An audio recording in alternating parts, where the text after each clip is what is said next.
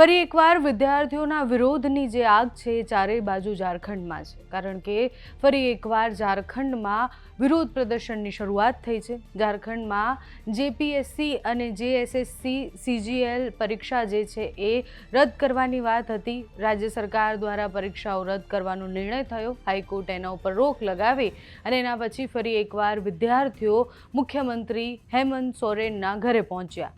ત્યાં પુતળા દહનનો કાર્યક્રમ હતો। જ્યારે બધા જ વિદ્યાર્થીઓ આક્રોશ સાથે સીએમના ઘર પાસે પહોંચ્યા ત્યારે પોલીસે એમને રોકવાનો પ્રયત્ન કર્યો।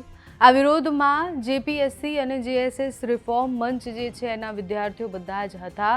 દેવેન્દ્રનો જૂથ કહેવાય છે જે આંદોલન પર ઉતર્યા હતા। એ બધાનું પુતળા દહનનો જે કાર્યક્રમ હતો એનું આહ્વાન કરવામાં આવ્યું હતું અને કહેવામાં આવ્યું હતું કે 15 સપ્ટેમ્બર સુધીમાં જો કોઈ નિર્ણય નથી થતો, પરીક્ષાઓ રદ નથી થતી, તો પછી અમે વિધાનસભાનો તો ઘેરાવો કર્યો જ છે, પણ મુખ્યમંત્રીના ઘરનો પણ ઘેરાવો કરીશું।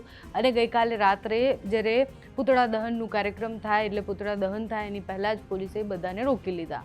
રાંચીના હજારીબાગ અને અલગ અલગ વિસ્તારોમાં આ બધા જ લોકો ભેગા થયા હતા। આ આંદોલન વધારે આક્રોશિત ત્યારે બન્યું કે જ્યારે એકવાર રાજ્ય સરકારે નિર્ણય લઈ લીધો, એના પછી હાઈકોર્ટ એના ઉપર રોક લગાવી અને એ રોક પછી હવે વિદ્યાર્થીઓ કહી રહ્યા છે કે અમે ફરી એકવાર લડવા માટે તૈયાર છીએ અને હવેનું જે આંદોલન હશે એ વધારે આક્રમક હશે। બીજી તરફ હરાજી બાગમાં ગાંધી મેદાનમાં પણ વિદ્યાર્થીઓ ભેગા થયા હતા। વિદ્યાર્થીઓ ત્યાં પુતળું જે છે એનું દહન કરી રહ્યા હતા। પોલીસ ત્યાં આવે છે, કાફલો ત્યાં આવે છે અને પછી વિદ્યાર્થી અને એ જે પોલીસ કર્મીઓ છે એમના વચ્ચે ઘર્ષણ થાય છે। ઘણા બધા લોકોને ઈજા થઈ એવા સમાચાર પણ સામે આવે છે। વિદ્યાર્થીઓ સાથે ધક્કામુક્કી અને ઘર્ષણ જે છે એ બેકાબૂ બને છે। પોલીસે લાઠીચાર્જ કરવો પડે છે। પ્રદર્શનકારીઓ જે છે એમને હટાવવા માટે, નિયંત્રણમાં લાવવા માટે પોલીસ પણ આક્રમક દેખાય છે। આંદોલનકારી વિદ્યાર્થીઓનું કહેવું છે કે પરીક્ષાઓને લઈને સરકારના નિર્ણય પર હાઈકોર્ટની રોક બાદ એ નિરાશ છે। વિદ્યાર્થીઓ સરકાર સામે માંગ કરી રહ્યા છે કે કોર્ટમાં તેમનો પક્ષ મજબૂતીથી રજૂ કરવામાં આવે, ભરતી પરીક્ષાઓમાં સંપૂર્ણ પારદર્શિતા જે છે એ જાળવવામાં આવે। વિદ્યાર્થીઓએ સ્પષ્ટ સંકેત આપતા એવું કહ્યું છે કે માંગણીઓનું નિરાકરણ નહીં આવે તો આંદોલન ચાલુ ને ચાલુ જ રહેશે અને વધારે આક્રમક આંદોલન અમે બનાવીને રહેશું।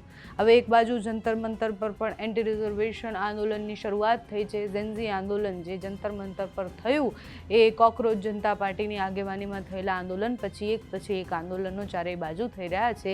રાંચીનું આ આંદોલન વધારે આક્રમક બન્યું છે। ત્યાંથી જે દ્રશ્ય સામે આવ્યા છે, ત્યાં વિદ્યાર્થીઓ શું કહી રહ્યા છે, પ્રદર્શનકારીઓ શું કહી રહ્યા છે તે સાંભળીએ।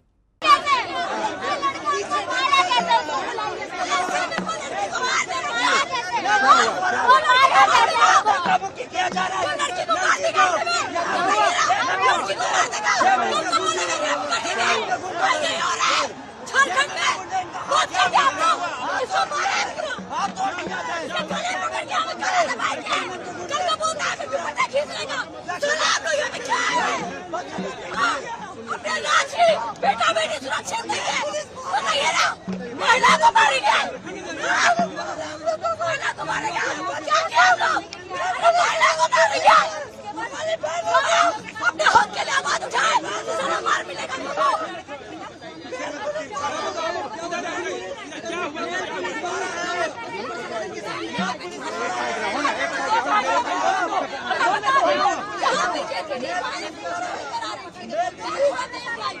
मुझे बताया क्या कि बहन आ जाओ, हमें लड़कियों को मारा। क्या होगा क्या होगा क्या होगा क्या हुआ? बताइए ना, हम इसी रात की बेटी है ना, इसी देश की बेटी है ना, को मार देगा। देखिए, सरकार ने हमारे आंदोलन के दौरान में एग्जाम को रद्द किया था। हम लोग आंदोलन को स्थगित किए थे, लेकिन 11 to 13 जेपीएससी सीजीएल के जो सिलेक्टेड है वो सब हाई कोर्ट में ये पिटिशन दायर करते हैं और एग्जाम को स्टे लग जाता है। तो सरकार से हमारी साफ साफ कहना है, आप दोहरा नीति क्यों अपनाते हैं? या तो हमारे एग्जाम को रद्द कर दीजिए या तो फिर वहाँ पे स्टे मत लगाइए। दोनों चीज हुआ। अभी हम लोग यहाँ पुतला दहन कार्यक्रम के लिए जमा हुए थे तो हम छात्रों पे लाठीचार्ज किए गए। पुलिस लाठीचार्ज करती तो बनती है, लेकिन जेएमएम के कार्यकर्ता लाठीचार्ज किए। आखिर क्या हम उसके छात्र नहीं थे? हम इस राज्य के छात्र नहीं है? हम अपनी मांग को किसके सामने रखें?